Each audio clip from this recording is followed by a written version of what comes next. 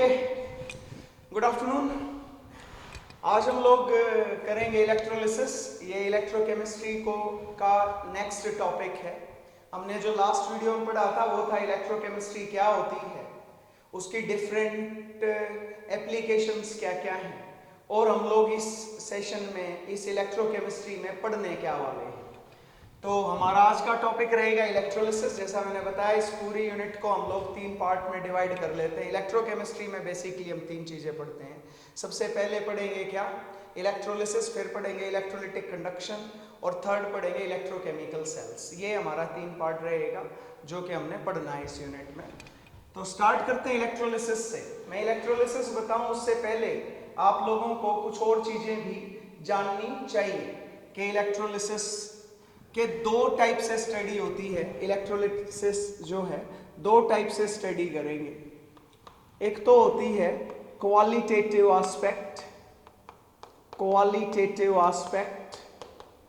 कि इलेक्ट्रोलिसिस जब हम करेंगे तो क्या क्या प्रोडक्ट बन सकते हैं, क्या होगा, मतलब क्वालिटी। और दूसरा है क्वांटिटेटिव एस्पेक्ट।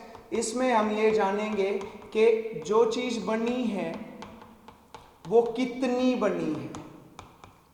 तो इसके 2 एस्पेक्ट हैं इलेक्ट्रोलिसिस के।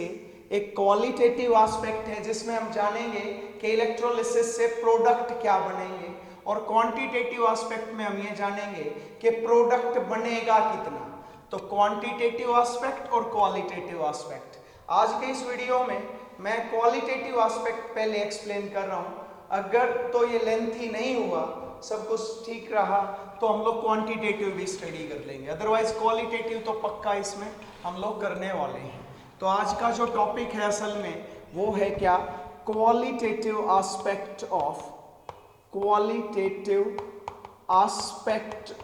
इलेक्ट्रोलिसिस। ओके, तो स्टार्ट करें। इलेक्ट्रोलिसिस क्या है, नाम से ही पता चलेगा आपको इलेक्ट्रोलिसिस क्या है। इलेक्ट्रोलिसिस से स्टार्ट कर रहा हूं डेफिनेशन, फिर एक एक करके सारी बातें बताता चलूंगा। इलेक्ट्रोलिसिस क्या है, इलेक्ट्रो इज इलेक्ट्रिसिटी, लाइसिस जो है ये लाइट वर्ड से आया है।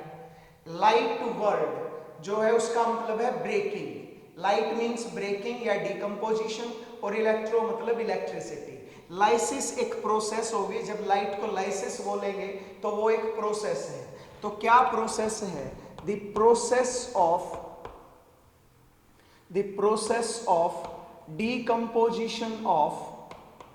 डीकम्पोजिशन, बात बोली है मैंने यहाँ पे, the process of decomposition of an electrolyte, किसी इलेक्ट्रोलाइट की decomposition, the process of decomposition of an electrolyte on passage of electricity, जब आप इलेक्ट्रिसिटी पास करें और तब वो डिकम्पोज हो। इलेक्ट्रोलाइस लाइट वर्ड से आ गया, इलेक्ट्रोलाइट भी आ गया, यहाँ पे एक नया वर्ड आ गया। On passage of electricity through electricity, either through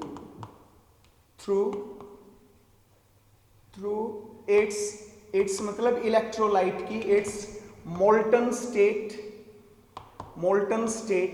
और थ्रू इट्स सॉल्यूशन। या तो किसके थ्रू, या तो वो मेल्टेड फॉर्म में ले लें, प्योर फॉर्म होगी और मेल्टेड फॉर्म होगी, आयंस अलग अलग रहेंगे, और थ्रू इट्स सॉल्यूशन, या फिर उसको किसी सॉल्वेंट में डिसॉल्व कर दो, जनरली वाटर में डिसॉल्व करेंगे। तो वाटर में डिसॉल्व करके और फिर उसमें से इलेक्ट्रिसिटी पास करो, और तब जाके अगर इलेक्ट्रोलाइट डीकम्पोज हो जाए तो उसको बोलेंगे क्या, इलेक्ट्रोलिसिस। तो अब क्या टर्म आई यहाँ पे, एक टर्म आई थी इलेक्ट्रोलाइट। अब मैं यहाँ से स्टार्ट कर रहा हूँ ताकि आपको बिल्कुल क्लियर सब कुछ हो जाए। अब मैं सब कुछ लिखूंगा यहाँ पे। इलेक्ट्रो इज इलेक्ट्रिसिटी, और लाइट मीन्स ब्रेकिंग, या फिर डीकम्पोजिशन भी बोल सकते हो। तो इलेक्ट्रोलाइट क्या है, जो सब्सटेंस इलेक्ट्रिसिटी पास करने के बाद डीकम्पोज होगा वैसे डिकम्पोज हो तो वो इलेक्ट्रोलाइट नहीं है, बट इलेक्ट्रिसिटी पास करने के बाद अगर डिकम्पोज होता है तो उसको बोलते हैं इलेक्ट्रोलाइट। एनी कंपाउंड और any species which get decomposed on passage of electricity. Electricity is nothing but the charge. जब आप चार्ज पास करोगे तो डिकम्पोज हो इज इलेक्ट्रोलाइट, उसको बोला जाता है इलेक्ट्रोलाइट। तो दो टाइप के इलेक्ट्रोलाइट्स हैं। There are 2 types of electrolytes. आपको हर बात याद रखनी है। 2 टाइप्स ऑफ इलेक्ट्रोलाइट्स। मैं ओल्ड क्लासिफिकेशन बता रहा हूं, पुराना बता रहा हूं, नया नहीं है। नया क्योंकि तुम्हारे सिलेबस में बहुत कम यूज होगा तो वहीं पे बता देंगे, अभी भी बता दूंगा नया भी। तो एक तो होते हैं स्ट्रॉन्ग इलेक्ट्रोलाइट्स। स्ट्रॉन्ग इलेक्ट्रोलाइट्स असल में स्ट्रॉन्ग इलेक्ट्रोलाइट टर्म आजकल यूज नहीं की जाती, यूज की जाती है ट्रू इलेक्ट्रोलाइट्स। पर चलो स्ट्रॉन्ग इलेक्ट्रोलाइट्स जान लेते हैं। The electrolytes which dissociate into their ions। मैं डिकम्पोजिशन और डिसोसिएशन दोनों चीजों को एक्सप्लेन करूंगा, बट थोड़ा सा टाइम लगेगा, तो इसलिए मैं ज्यादा उस पर फोकस नहीं कर रहा हूं। अगर मैं फोकस करूंगा तो अभी से आप लोग कंफ्यूज हो सकते हो। The electrolytes which dissociate into its ions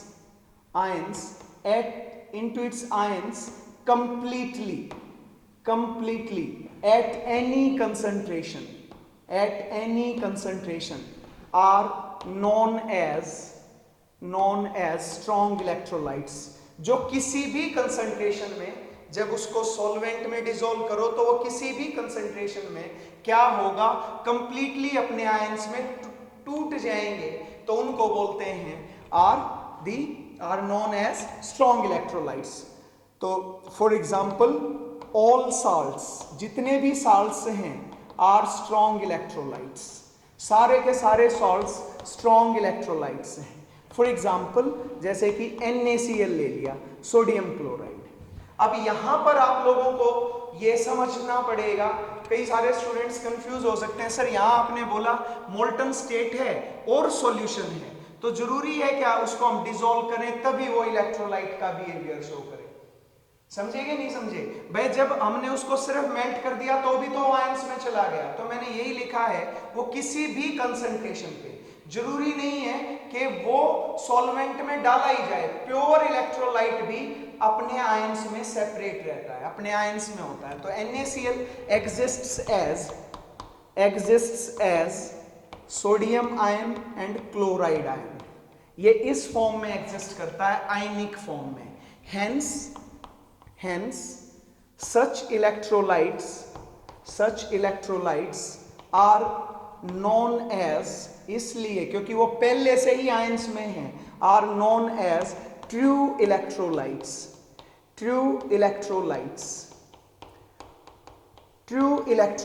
इसलिए इनको ट्रू इलेक्ट्रोलाइट्स बोलते हैं क्योंकि वो अपनी पेरेंटल फॉर्म में भी आयनिक फॉर्म में हैं। वो आयनिक फॉर्म में है। जब मेल्ट करोगे तो आयंस का मूवमेंट बढ़ जाता है और कुछ नहीं, आयंस बनते नहीं। इसीलिए मैंने यहां पे बोला है डिसोसिएट। वो डिसोसिएट होंगे, पहले से भी आयंस थे और टूटने के बाद भी वो आयंस ही रहे, that is called the dissociation. Clear है? तो ये है डिसोसिएशन। तो these are the strong electrolyte. Salt बोलते ही तुम्हारे दिमाग में आ गया कि जब एक एसिड और बेस मिलेगा तो they will produce a salt, तो वो भी एक साल्ट है। जरूरी नहीं कि NaCl ही लें, आप सोडियम एसीटेट ले सकते हैं, एसिटिक एसिड और NaOH से मिलकर बना है। ओके, नेक्स्ट आता है वीक इलेक्ट्रोलाइट्स। बहुत ध्यान से समझेंगे। Weak electrolytes. अब वीक इलेक्ट्रोलाइट्स क्या होते हैं? द इलेक्ट्रोलाइट्स विच डिसोसिएट की बजाय the term used is ionize, which never ionize completely, which never ionize completely into their ions at any concentration, जो कभी भी अपने आयंस नहीं बनाएंगे कंप्लीटली, उनको बोला जाता है क्या? Weak electrolytes. फॉर एग्जाम्पल, जैसे कि हम लोग ले लें एसिटिक एसिड। एसिटिक एसिड, तो ये जैसे ही पानी में डालोगे तो इसका कुछ हिस्सा, अब देखो क्या ये आयंस हैं क्या? अब आयंस में टूटे हैं, इसलिए इस प्रोसेस को बोलते हैं आयनाइजेशन। वहां पर क्या था? डिसोसिएशन, क्योंकि वो तो पहले से ही आयंस थे। यहां पर ये टूटेंगे भी और अब आयंस बनाएंगे क्या? एक बना लिया एसीटेट आयन और एक बना लिया H पॉजिटिव आयन।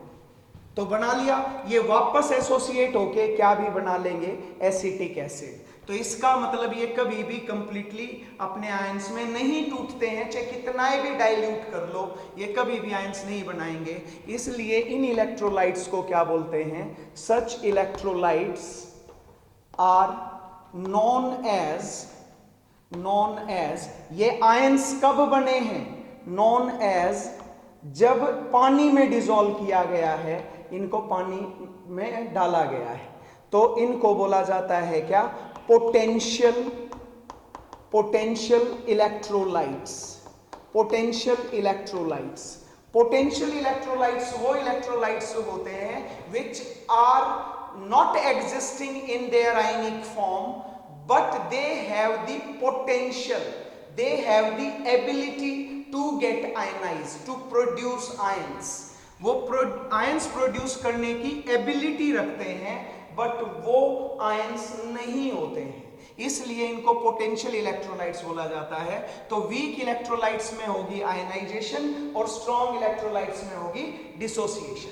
क्लियर है? दोनों बातें समझ गए? तो इलेक्ट्रोलाइट्स क्या हैं? जो कि अपने आयंस में टूटेंगे जब इलेक्ट्रिसिटी पास करेंगे। असल में यहां देखें तो मैंने डीकंपोजिशन बोला है, अभी मैं डीकंपोजिशन ही एक्सप्लेन करने वाला हूं, आपको ज्यादातर इसी पे ध्यान देना है। जो अपने आयंस में टूटेंगे, कंपोजिशन समझते हो? कंपोजिशन चेंज होना ही डीकंपोजिशन है। क्लियर? ओके, समझ जाओगे। इलेक्ट्रोलिसिस क्या? जिस प्रोसेस में डीकंपोजिशन की वो प्रोसेस जो इलेक्ट्रिसिटी की वजह से हो, वो है इलेक्ट्रोलिसिस। और कौन डीकंपोज होगा? इलेक्ट्रोलाइट। तो जो चीज डीकंपोज होती है इलेक्ट्रिसिटी पास करने पे, उनको बोलते हैं इलेक्ट्रोलाइट्स। और इलेक्ट्रोलाइट्स दो टाइप के, एक स्ट्रॉन्ग इलेक्ट्रोलाइट्स, एक वीक इलेक्ट्रोलाइट्स। स्ट्रॉन्ग इलेक्ट्रोलाइट्स वो हैं जब उनको सॉल्वेंट में डालो वो पूरे के पूरे अपने आयंस में टूट जाएं। और वीक इलेक्ट्रोलाइट्स वो हैं कि वो किसी भी कंसंट्रेशन पे कंप्लीटली कभी भी अपने आयंस में नहीं टूटते, उनको बोला जाता है क्या? Weak electrolytes. तो अब हम लोग वापस इलेक्ट्रोलिसिस पे ही आते हैं। तो इलेक्ट्रोलिसिस के लिए होगा क्या? इलेक्ट्रोलिसिस जो है इट इज कैरिड आउट, अभी समझा नहीं रहा हूं, धीरे धीरे एक एक पॉइंट क्लियर करूंगा। इलेक्ट्रोलिसिस होती कहां पे है? Electrolysis is carried out in an electrolytic cell। Electrolytic cell किसमें कैरी आउट किया जाता है इलेक्ट्रोलिसिस? समझते हैं, जिसके अंदर आप इलेक्ट्रिसिटी पास करोगे और वो अपने आयंस में टूट जाएगा और वो डीकंपोज हो जाएगा इलेक्ट्रोलाइट, वो अरेंजमेंट क्या है? इलेक्ट्रोलिटिक सेल है। क्लियर है? तो what is an electrolytic cell? मैंने बता दिया। तो इलेक्ट्रोलिटिक सेल को एक बार समझाते हैं। तो यहां हेडिंग डाल लेता हूं, electrolytic cell. Electrolytic cell. So the arrangement used to carry out electrolysis is known as electrolytic cell. जिस अरेंजमेंट में इलेक्ट्रोलिसिस कैरी आउट किया जाएगा उस अरेंजमेंट को बोलेंगे इलेक्ट्रोलिटिक सेल। अब ये कैसे होती है इलेक्ट्रोलिटिक सेल? अब वो अरेंजमेंट बता रहा हूं। It consists of a single beaker. Single beaker से कैरी आउट, सिंगल बीकर में ही कैरी आउट किया जाएगा।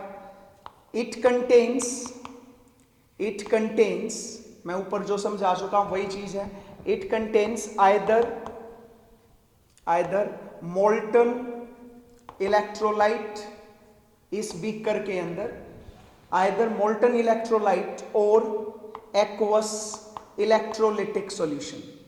इलेक्ट्रोलिटिक सॉल्यूशन समझ रहे होगे, इलेक्ट्रोलाइट डिसॉल्व करके तो सॉल्यूशन बनेगा, या फिर मेल्ट फॉर्म में इलेक्ट्रोलाइट आप ले सकते हैं। ये आपको ये रखना है। तो एक बीकर, यहां मैं सीधा बनाता भी चलता हूं फोटो, तो ये है इलेक्ट्रोलिटिक सॉल्यूशन, ले लेते हैं, आपकी मर्जी है, मोल्टन भी ले सकते हैं, मैं एक्वस इलेक्ट्रोलिटिक सॉल्यूशन ले लेता हूं, इलेक्ट्रोलिटिक सॉल्यूशन। ओके, फिर क्या है, 2 metallic rods are immersed in electrolytic solution। Electrolytic solution में 2 मेटेलिक इलेक्ट्रोड्स को डिप किया जाता है, known as, these rods are known as, इन रोड्स को क्या बोलते हैं, rods are known as electrodes. 2 rods इसमें इमर्स की गई हैं जिनको बोला गया है इलेक्ट्रोड्स। ये मेटल के पीस हैं, 2 मेटल के पीस जोड़ दिए गए, इसमें इमर्स कर दिए गए। ठीक है, अब आगे क्या करना है, these electrodes are connected to negative and positive terminals of battery। This is the source of electricity। सभी स्टूडेंट्स ध्यान दे दें, electricity is not current, electricity is the charge, electricity is nothing but the charge. Clear? तो electricity के source से हम लोग क्या करते हैं, इसको जोड़ देते हैं। ये है बैटरी है, ये बैटरी है, सीरीज ऑफ सेल्स को बैटरी बोलते हैं, यू नो। मान लो this is the positive end and this is the negative end. तो द इलेक्ट्रोड कनेक्टेड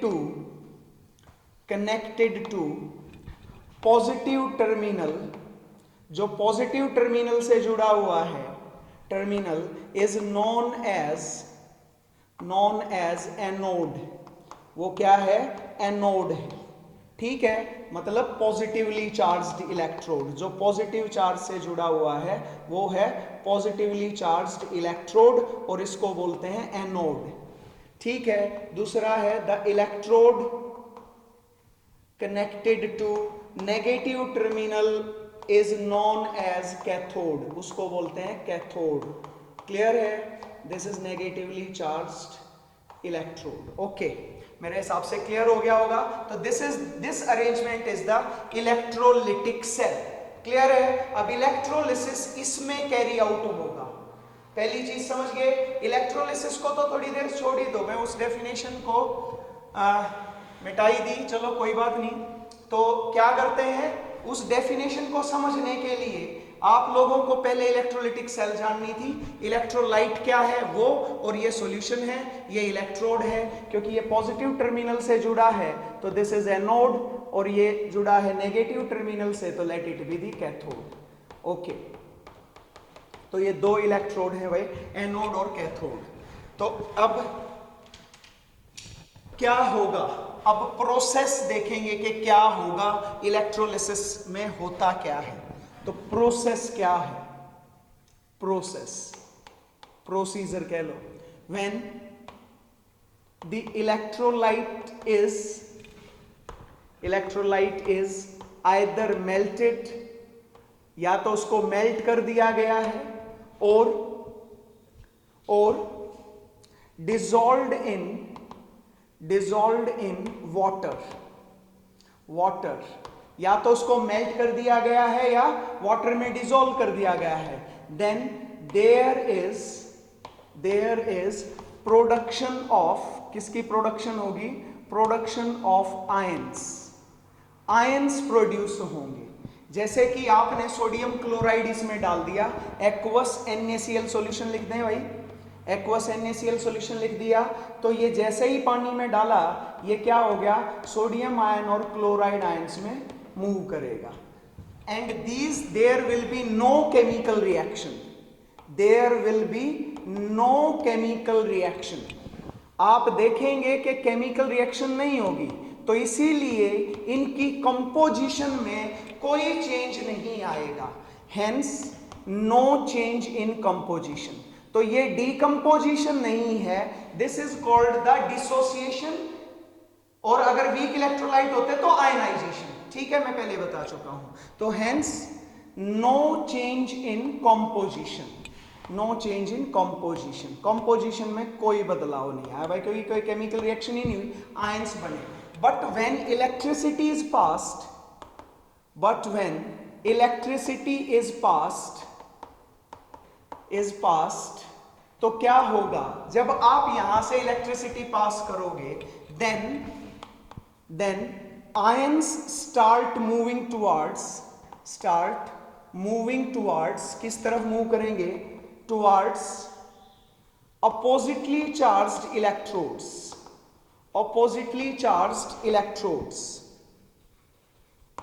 वो अपोजिटली चार्ज इलेक्ट्रोड्स की तरफ मूव करना स्टार्ट कर देंगे. जैसे ये सोडियम आयन है, ये किधर जाएगा?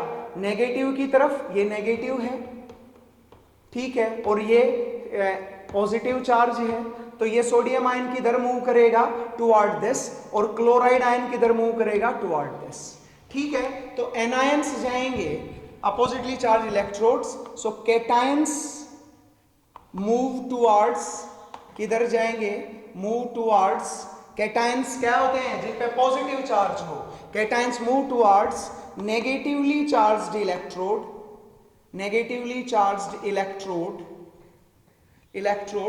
अब नेगेटिवली चार्ज इलेक्ट्रोड कौन सा था? कैथोड. तो cations cathode move toward negatively charge electrode, that is cathode.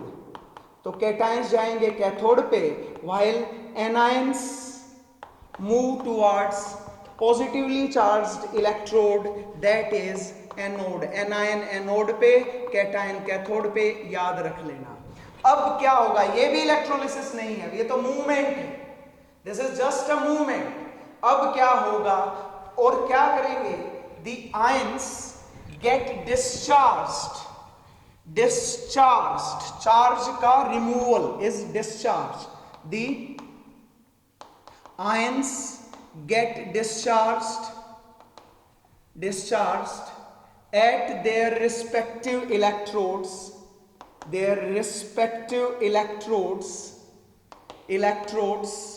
by accepting or gaining or losing electrons.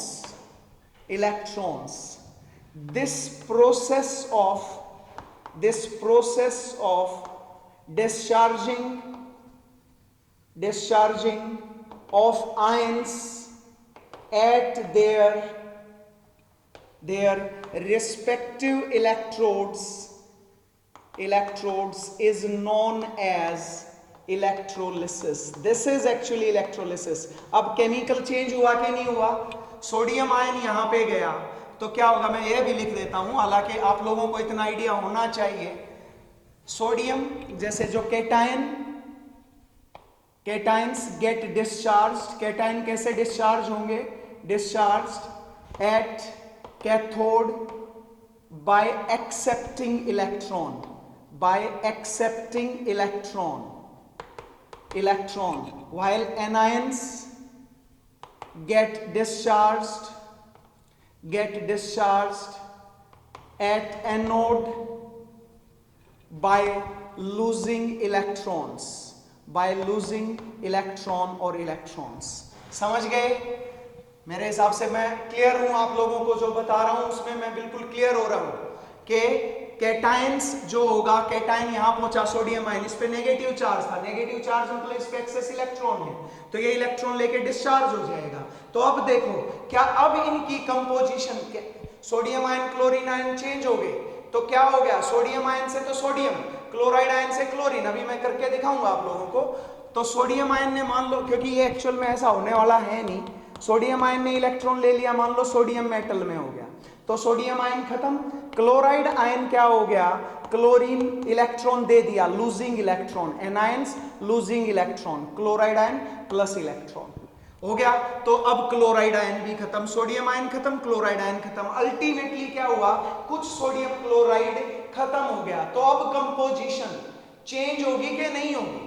तो आप कहोगे हाँ सर होगी। तो दिस इज द डीकंपोजिशन। तो डीकंपोजिशन क्यों हुई है? क्योंकि डिस्चार्जिंग हुई है। डिस्चार्ज, डिस्चार्ज मतलब रिमूवल ऑफ चार्ज। क्लियर? तो ये है डिस्चार्जिंग और ये है आपका इलेक्ट्रोलिसिस। होपफुली मैंने अब वो डीकंपोजिशन टर्म भी आपको एक्सप्लेन कर दी है। तो मेरे हिसाब से आइडिया हो गया होगा आप लोगों को डिस्चार्जिंग। अब ड्यूरिंग इलेक्ट्रोलिसिस, जब इलेक्ट्रोलिसिस होगा तो दो टाइप के चेंजेस ऑब्जर्व होंगे। During electrolysis two types of changes are observe, two types of changes are observe. दो टाइप के चेंजेस ऑब्जर्व होते हैं, observe. First one is primary change, primary change, primary change. Primary change में क्या होता है? This is the first change, first change of ions, ions at their respective electrode, respective electrodes, जो पहला change होता है। समझ गए होंगे? कई सारे हो सकता है इस पे यूं करें, ये क्या मतलब हुआ? प्राइमरी मतलब पहला, ये तो कोई बात नहीं बनी। नहीं, ये वही चीज है। This is the first change of ions at their respective electrodes, अपने इलेक्ट्रोड पे पहला चेंज। जैसे क्या मतलब है? It may be, it may be stable और अनस्टेबल। ये स्टेबल भी हो सकता है और अनस्टेबल भी। फॉर एग्जाम्पल अब समझेंगे आप लोग। जैसे सोडियम आयन था, इसने इलेक्ट्रॉन लिया और सोडियम मेटल बना लिया।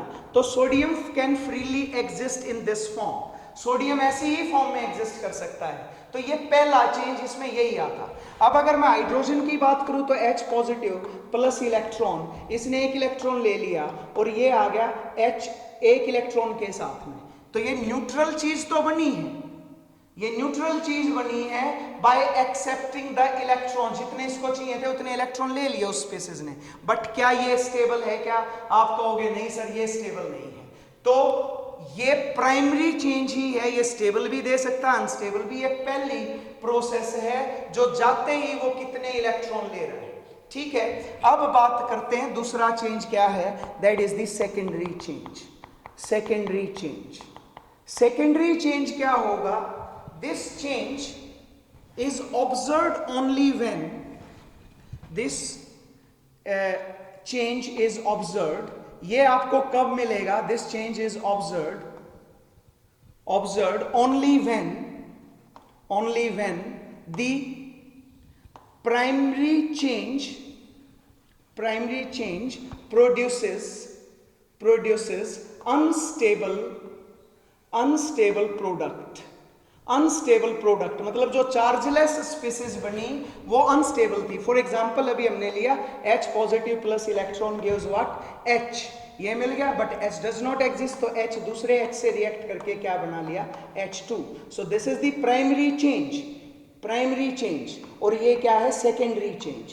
प्राइमरी चेंज में इलेक्ट्रॉन का एक्सेप्टेंस या लूज होना होता है, पर सेकेंडरी चेंज में क्या होगा? सिर्फ एटम्स का कॉम्बिनेशन होता है। एक और एग्जांपल से बताता हूं। तो दिस इज क्लोराइड आयन, इसने क्या किया? क्लोरीन एक इलेक्ट्रॉन दे दिया और एक इलेक्ट्रॉन इस पे के पास रह गया। ये नेगेटिव चार्ज का मतलब पेयर ऑफ इलेक्ट्रॉन्स। तो यहां से एक इलेक्ट्रॉन दे दिया, एक यहां रह गया। अब क्लोरीन फ्री रेडिकल दूसरे क्लोरीन फ्री रेडिकल से मिला Cl2। अब आप बताओ, पहला चीज तो यही बना। यहां पर इसने क्या कर दिया? इलेक्ट्रॉन लूज कर दिया। तो इलेक्ट्रॉन लूज किया तो chlorine free radical, chlorine chlorine मिल गया, Cl2 मिल गया। समझ गए? This is the primary change, 1 degree से दिखा दें। This is secondary change, 2 degree से। तो समझ गए, सेकेंडरी चेंज में हमेशा अनस्टेबल एटम्स एक दूसरे से रिएक्ट करते हैं, बल्कि जबकि प्राइमरी चेंज के अंदर आप देखेंगे इलेक्ट्रॉन का लॉस या गेन। क्लियर। सेकेंडरी चेंज में ऐसा कुछ नहीं करना कि आप लोग कहीं पे इलेक्ट्रॉन्स का लूज और इलेक्ट्रॉन लूज करवा दो जी, नहीं, ऐसा नहीं करना है। उसमें सिर्फ और सिर्फ अनस्टेबल एटम्स को एक दूसरे के साथ रिएक्ट करवाना है। So this is about the electrolysis. तो इलेक्ट्रोलिसिस का आइडिया हो गया समझ में, क्लियर है। अब क्या होगा, तो ड्यूरिंग इलेक्ट्रोलिसिस क्या हुआ है, डिस्चार्जिंग हुई है। अभी क्वालिटेटिव एस्पेक्ट पे आऊंगा मैं, अभी क्वालिटेटिव, अभी मैं इलेक्ट्रोलिसिस बता रहा हूं, अभी इसका क्वालिटेटिव एस्पेक्ट भी आएगा। सो ड्यूरिंग इलेक्ट्रोलिसिस क्या हुआ है, cations get discharged at cathode कैसे हुए हैं, by accepting electron और electrons। और इसको क्या बोलते हैं, gain of electron क्या है, this process is known as reduction, क्या बोलते हैं इसको, रिडक्शन। सो क्या याद रखेंगे, पीसीआर, पुलिस कंट्रोल रूम, क्या याद रखना है, PCR, police control room. P for positive, C for cathode, R for reduction, समझ गए। पॉजिटिव स्पीसीज का कैथोड पे रिडक्शन होगा, हमेशा पॉजिटिवली चार्ज स्पीसीज कैथोड पे जाके रिड्यूस होगी। तो this is PCR, cations positively charge cathode पे जाके रिड्यूस होंगे, समझ गए। अब ड्यूरिंग इलेक्ट्रोलिसिस एनायंस क्या होते हैं, यही लिख दें तो अभी, एनायंस गेट डिस्चार्ज्ड एट, कहां पे बोलो, एनोड पे ही होंगे। एनायंस एनोड इजी है याद करना, बाय लूजिंग इलेक्ट्रॉन और electrons. This process is known as loss of electron, क्या होता है जी, ऑक्सीडेशन, ठीक है। So this is oxidation, clear. अब पीसीआर याद हो गया तो ये तो ऑब्वियस सी बात है, हो ही जाएगा, क्लियर है। अब आता है क्वालिटेटिव एस्पेक्ट। जब आप इलेक्ट्रोलिसिस करवाओगे तो कौन कैथोड पे मिलेगा और कौन एनोड पे मिलेगा, ये अब आपको एक्सप्लेन करना है। तो क्या होगा, ड्यूरिंग इलेक्ट्रोलिसिस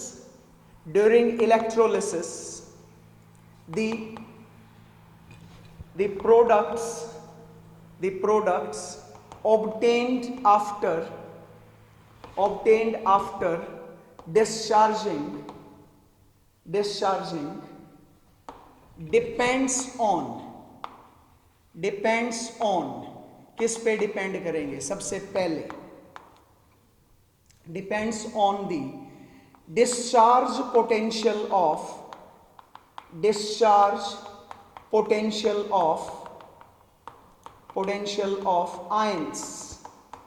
आयंस के डिस्चार्ज पोटेंशियल पे डिपेंड करेंगे, समझ लें। Potential you know is ability to discharge, पर इसका एक क्वांटिटेटिव वैल्यू आएगी जब आप लोग इलेक्ट्रोकेमिकल सीरीज पढ़ोगे और पढ़ चुके हो 11th क्लास में। तो मैं यहां पर डायरेक्ट लिखता हूं, अकॉर्डिंग टू, पहले तो इसके बारे में थोड़ा सा जाने, ये कब होगा।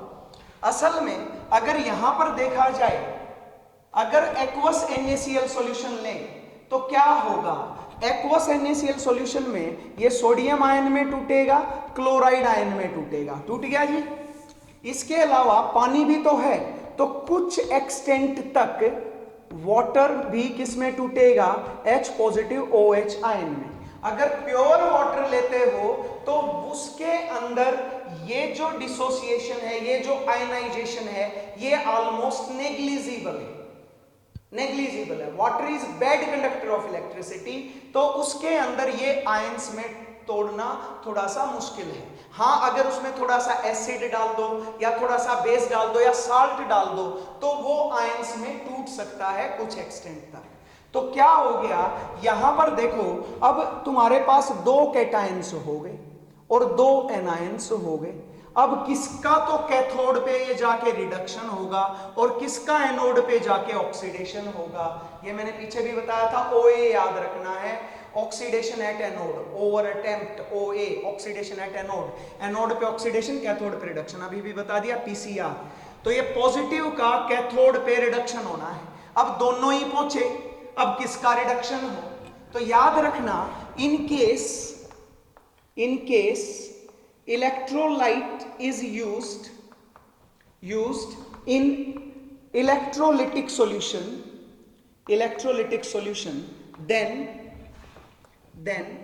मैं aqueous electrolytic solution लिख देता हूं, then some of the water molecules get also ionized,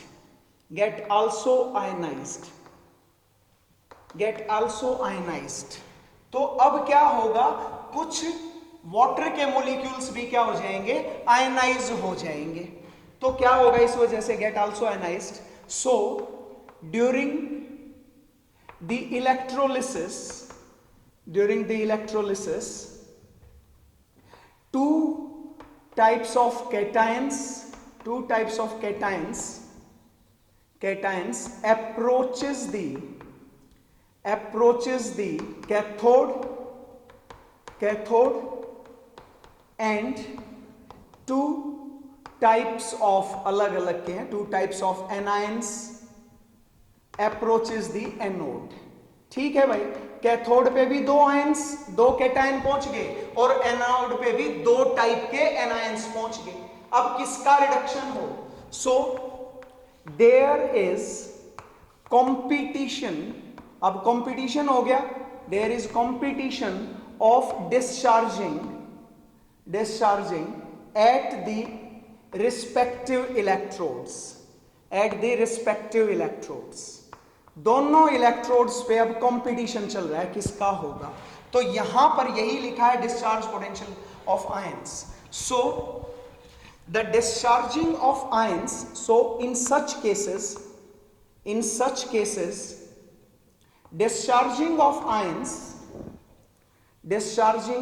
ions is decided by, कौन आयन डिस्चार्ज होगा, is decided by preferential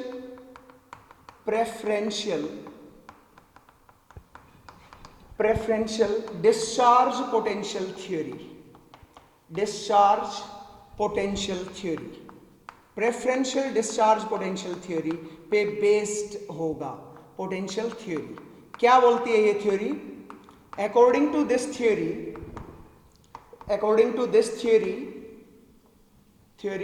discharge potential, lesser the discharge potential value of ion, potential value of ion priorly will discharge। जितनी कम discharge potential value है उतना ही जल्दी जाके discharge होगा। अब जैसे सोडियम आयन और हाइड्रोजन आयन में कंपटीशन, अभी एग्जांपल बताऊंगा तो समझ जाओगे। अब यहां पर क्या हुआ, सोडियम आयन हाइड्रोजन आयन यहां पे पहुंच गया भाई, यहां पे पहुंच गया हाइड्रोजन आयन भी और सोडियम आयन भी। ये मान लो ये इलेक्ट्रोड है, इस पे सोडियम आयन भी पहुंच गया और हाइड्रोजन आयन भी पहुंच गया। अब कौन सा आयन डिस्चार्ज होगा? तो याद रहे, अभी तो मैं तुम्हें बताता चलूंगा, आगे भी कोशिश यही करो कि रट्टा मार लेना, ठीक है? मैं कोशिश करूंगा याद करवाने की, लेकिन ये या तो वैल्यूज याद रखो, इलेक्ट्रोकेमिकल सीरीज आपको याद होनी चाहिए, जो कि पॉसिबल ही नहीं, या फिर ये 2-4 एग्जांपल्स जो मैं बताऊं वो एग्जांपल्स याद रख लेना, ठीक है? उनकी वैल्यूज आपको याद रखनी है, ठीक है? बहुत ज्यादा डीप में जाऊंगा कि क्यों इसकी कम है क्यों ज्यादा है, तो फिर एक नई यूनिट बन जाएगी, ठीक है? तो इसके लिए आप लोग जो 11th क्लास के जो जिनमें मैंने इलेक्ट्रोड पोटेंशियल को बहुत अच्छे से बहुत डिटेल में एक्सप्लेन किया, वो वाले मेरे वीडियोस देख लेना। तो यहाँ पर सोडियम आयन, यहाँ पे हाइड्रोजन आयन, दोनों के दोनों हैं, सोडियम आयन हाइड्रोजन आयन। अब मुझे पता है कि डिस्चार्ज पोटेंशियल वैल्यू किसकी कम है, हाइड्रोजन आयन की कम है, of hydrogen ion is lesser than discharge potential value of sodium ion. तो बताओ किसका डिस्चार्ज होगा? दो बंदों में रेस लग रही है, ठीक है? एक के एनर्जी कम है, एक की एनर्जी ज्यादा है, कौन पहले बैठेगा भाई? जिसकी एनर्जी कम है वो पहले बैठ जाएगा। तो किसकी एनर्जी कम? हाइड्रोजन आयन की। तो कौन डिस्चार्ज होगा? हाइड्रोजन आयन पहले डिस्चार्ज हो जाएगा। ठीक है, तो कैथोड पे क्या रिएक्शन होगी? ये कैथोड ही था, तो इस पे सोडियम आयन से पहले कौन डिस्चार्ज होगा? 2H positive plus 2 electron gives H2। आप लोग ये कहेंगे सर बाद में तो सोडियम आयन भी हो जाएगा ना। याद रहे जब तक वाटर है तब तक वाटर ही के हाइड्रोजन आयन ही डिस्चार्ज होंगे, इसलिए आपको सोडियम आयन के बारे में सोचना ही नहीं है। क्लियर है? तो कहोगे सर अब कंपोजिशन कहां बदली? क्यों नहीं बदली भाई? वाटर सॉल्वेंट था, उसमें मान लो 10 सोडियम क्लोराइड थे और 10 वाटर मॉलिक्यूल्स थे, ऐसे समझ लो, बहुत सिंपल है। अब क्या हुआ? 10 के अंदर थे, 10 सोडियम क्लोराइड 10 पानी के मॉलिक्यूल। अब वाटर के मॉलिक्यूल्स में से हाइड्रोजन निकल गया, तो वाटर के मॉलिक्यूल्स कम रह गए ना। मान लो एक निकल गया तो कितने रह गए? अब 10 9 में आ गया, तो कंपोजिशन नहीं बदल गई क्या? This is also the decomposition. तो नेवर गेट कंफ्यूज कि सर हमें सिर्फ और सिर्फ इलेक्ट्रोलाइट की ही डिस्चार्जिंग होनी है, सॉल्वेंट भी डिस्चार्ज हो सकता है। तो पहला पॉइंट समझ में आ गया। दो चीजों पे डिपेंड करता है, याद रखना। जब प्रोडक्ट क्या बनेगा इलेक्ट्रोलिसिस में, तो पहली चीज क्या डिपेंड करती है? पहली किस चीज पे डिपेंड करता है इलेक्ट्रोलिटिक प्रोडक्ट? वो डिपेंड करता है किस पे? Discharge potential value. जितनी कम डिस्चार्ज पोटेंशियल वैल्यू होगी उतना ही पहले जाके डिस्चार्ज होगा भाई। अब दूसरे पे आ जाओ। दूसरा क्या है? ये इंपॉर्टेंट है आपके लिए, क्योंकि ज्यादातर मुश्किल क्वेश्चन इसी में से दे देते हैं। नेचर ऑफ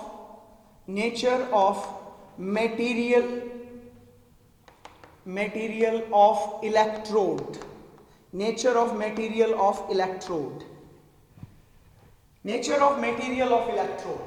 अब यहां पर मैं आपको डायरेक्ट कट टू कट बात करता हूं। If electrode is consisting of is inert that is if electrode is inert, that is do not या does not participate in oxidation, क्योंकि जनरली मेटल के पीस थे, मेटेलिक पीसेस लिए थे, तो मेटल का तो टेंडेंसी क्या होती है? What is a metal which can lose electron? Loss of electron is oxidation. तो if electrode is inert, that is does not participate in oxidation, then that is does not participate in oxidation, then the ions of electrolytic solution get discharged. Ions of electrolytic solution get discharged। ठीक है भाई, सिर्फ electrolytic solution के ही ions discharge होंगे जो electrolyte के अंदर थे। If electrode is inert, inert electrodes कौन कौन से हैं? Inert electrodes can be platinum electrode, मैं यही लिख दूं तो और क्या? If electrode is inert that is platinum और ग्रेफाइट, मोस्टली यही आपको मिलेंगे, प्लेटिनम या फिर ग्रेफाइट। ये इलेक्ट्रोड ज्यादातर प्लेटिनम या ग्रेफाइट इलेक्ट्रोड्स आपको मिलेंगे। ये इनर्ट इलेक्ट्रोड हैं। उस टाइम पे आंख बंद करके इस सॉल्यूशन पे फोकस करना है, ठीक है? सिर्फ इलेक्ट्रोलाइट पे फोकस करना और किसी पे नहीं करना। But if electrode is consisting of active metals like copper use हो गया, ठीक है, लाइक कॉपर यूज कर लिया, then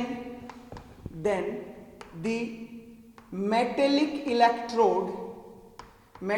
electrode itself may oxidize। कौन होगा?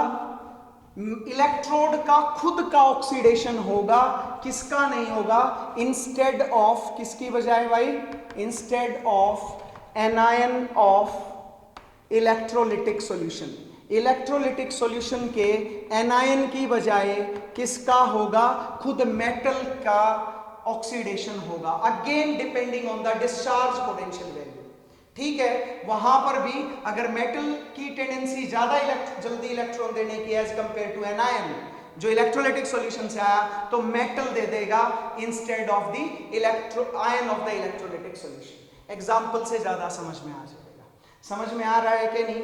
अगर ज्यादातर तो आपको मिलेंगे प्लेटिनम या ग्रेफाइट इलेक्ट्रोड। कई बार वो मेंशन करेगा कि आपने क्या यूज किया है, you are using the active metal as the electrode, like copper use हो गया, सिल्वर यूज हो गया है। ठीक है, जनरली सिल्वर तो एक्टिव रहेगा बट गोल्ड जो है वो इनएक्टिव रहता है, वो इनर्ट इलेक्ट्रोड की कैटेगरी में आप डाल सकते हैं, बट सिल्वर कुछ केसेस में रिएक्ट कर सकता है। ठीक है जी, so this is all about the factors जिनसे पे बेस्ड आपको पता चलेगा कि डिस्चार्ज प्रोडक्ट क्या बनेगा। दो चीजें देखनी है, अगर आपका इलेक्ट्रोलाइटिक सॉल्यूशन है तो आपको आयंस की डिस्चार्ज पोटेंशियल वैल्यू, और दूसरा देखनी है नेचर ऑफ इलेक्ट्रोड। तो करते हैं start. Some examples of electrolysis, some examples of electrolysis.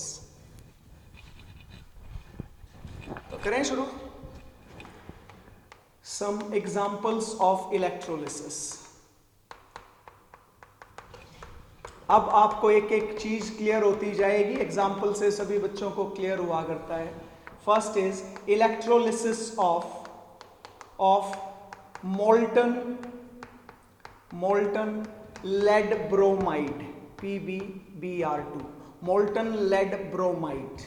ठीक है, मोल्टन फॉर्म है, this is not the electrolytic solution, तो इसमें तो कोई पंगा ही नहीं है।